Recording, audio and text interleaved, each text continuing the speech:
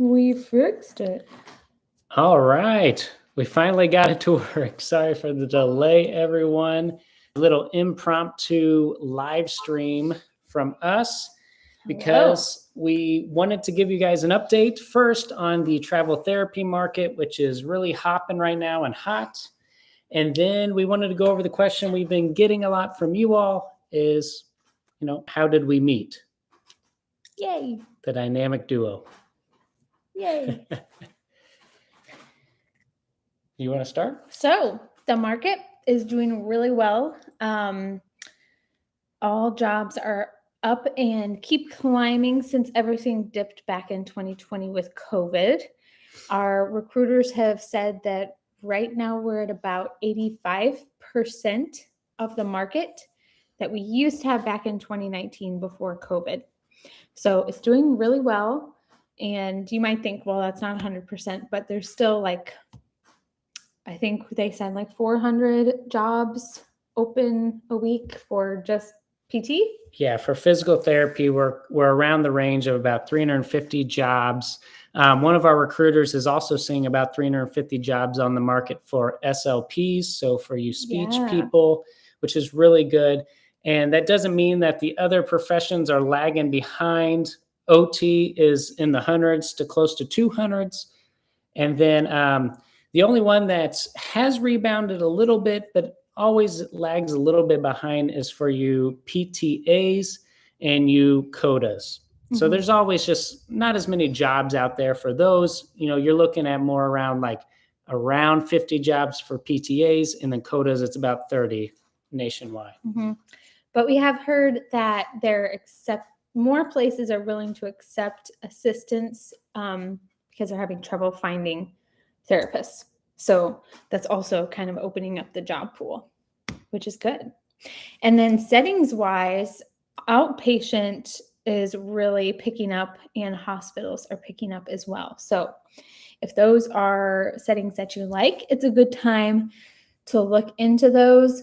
Home health has held strong. And then for OTs and SLPs, the school setting is really hot right now. Yeah, a lot of schools needing therapists.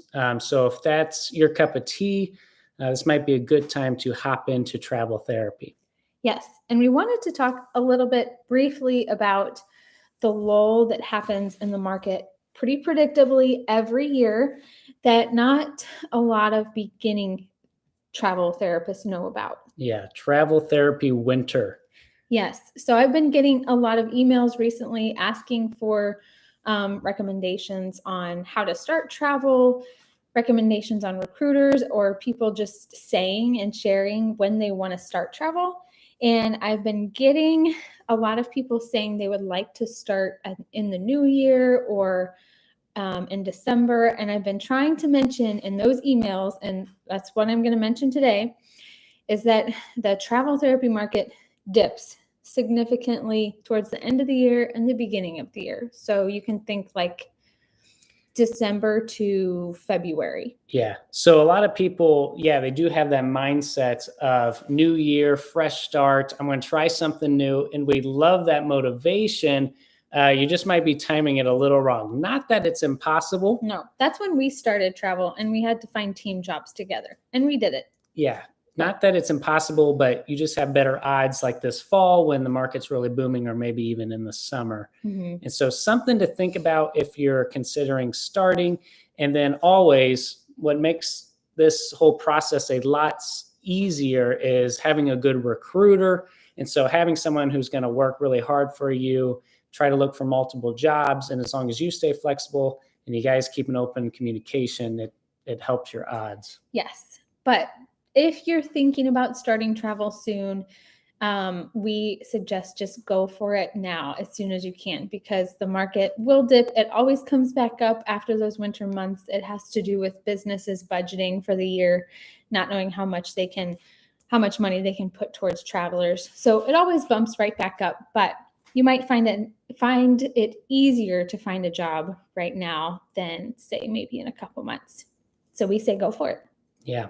And then a lot of people who come out of PT school, they really like that outpatient setting for physical therapists. And we're seeing those jobs quite a bit. Yeah, there's a lot of those. This is a good time if you're considering that. When we started, I think those weren't nearly as popular. Yeah. So.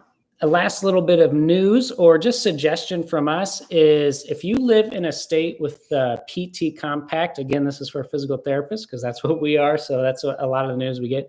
But if you live if your home state is in the PT compact, really consider traveling to another state in that compact because it makes licensing so much easier, a nice quick process. And so something to look up, you can easily go on Google and just type in the PT Compact map if you want to see what states are kind of included in that. We used that when we went on our travel assignment to Arizona, and it really was like a quick call and here's our money, PT Compact, and we had compact privileges that we could go help people and work there. Yeah, it's very nice. We obviously haven't used the compact for nearly half or all of our contracts. So you can go outside of it. It just takes more work. Yeah. More money. All right. So let's go ahead and we'll hop into kind of our big question for this live stream. But how did we meet? Yeah. So Ryan and I met in college. We started school at Maryville University in St. Louis. As freshmen enrolled in the physical therapy program. So at our school, you can enter as a freshman into a 6.5-year program and get your doctorate of physical therapy at the end of it. So we really didn't know what we were doing at the time, but we both got accepted into the program and we were getting involved as freshmen and we met at a crew event on campus. Yeah, so Crew is kind of like a Bible study event, and we both went to it. It was one of like the very first weeks as freshmen. You know, you're trying to go to all the little events to meet friends. And then so across the little chapel, so Maryville has a little bitty chapel right in the middle of campus. And so we were having the meeting there, and across the room, kind of in this chapel, was this beautiful woman. I thought she was so nice. I thought she was absolutely gorgeous. And I really felt like, you know, the Lord was weighing on my heart, you know, hey, you're going to marry this person, get to know her. And I would love to say that that was like this amazing moment, but I was just actually more terrified because I was a freshman in college. I was thinking like, whoa, these are like the first couple of weeks and I'm already having this strong feeling towards this girl. And so I was actually a little nervous, but I did what any 18-year-old guy would do. Later that night, everyone at the meeting went to Applebee's for dinner, and Megan sat across from me. And so that was lucky. Did you plan I did not that? Plan that. Okay. Did not plan that. But Megan sat across from me, and to get her to notice me, I did the one thing every 18-year-old boy does, and I started making fun of her. So that was good. I ordered coffee and probably cottage cheese or something. So yeah, it was like 10 o'clock at night. So he made fun of me and I didn't really think anything of him. I just thought he was nice. Nope. Swing and a miss. I had a chronic case of just always thinking that I thought boys were my friends and really nice when that's not what was going on in their head at all. So that continued into college with him. But he kept I was persistent. Me. He kept being persistent, trying to hang out, be my friend. And thankfully our friend group kind of melded. So we didn't have a lot of pressure. No. Because we could hang out with other friends. We hung out with our friend group a lot. And then he made a couple moves on me. And that was like, what? Because I had never dated somebody long-term in high school and I didn't know what it was like to date somebody and I was super scared. I was like doing all the typical things. Like I bought us tickets to like the school dance. Our college had little formals and stuff. And she was like, sure. And then would like show up late or didn't really connect that I was like asking her out on a date. No. And you still. I hung around. Wow. That's weird. You were. I was kind of like You were ditzy. gorgeous in that chapel. So anyway, I ended up telling him once I got the message that he wanted to be more than friends, that it was moving too fast for me because I wasn't used to that. So I basically friend zoned him. Friend zone hard. And he was really upset. And we Uh-huh. didn't talk for a whole summer. Well, that was the summer you went on your study abroad trip in Italy, got the Mhm. travel bug, and then I went back home.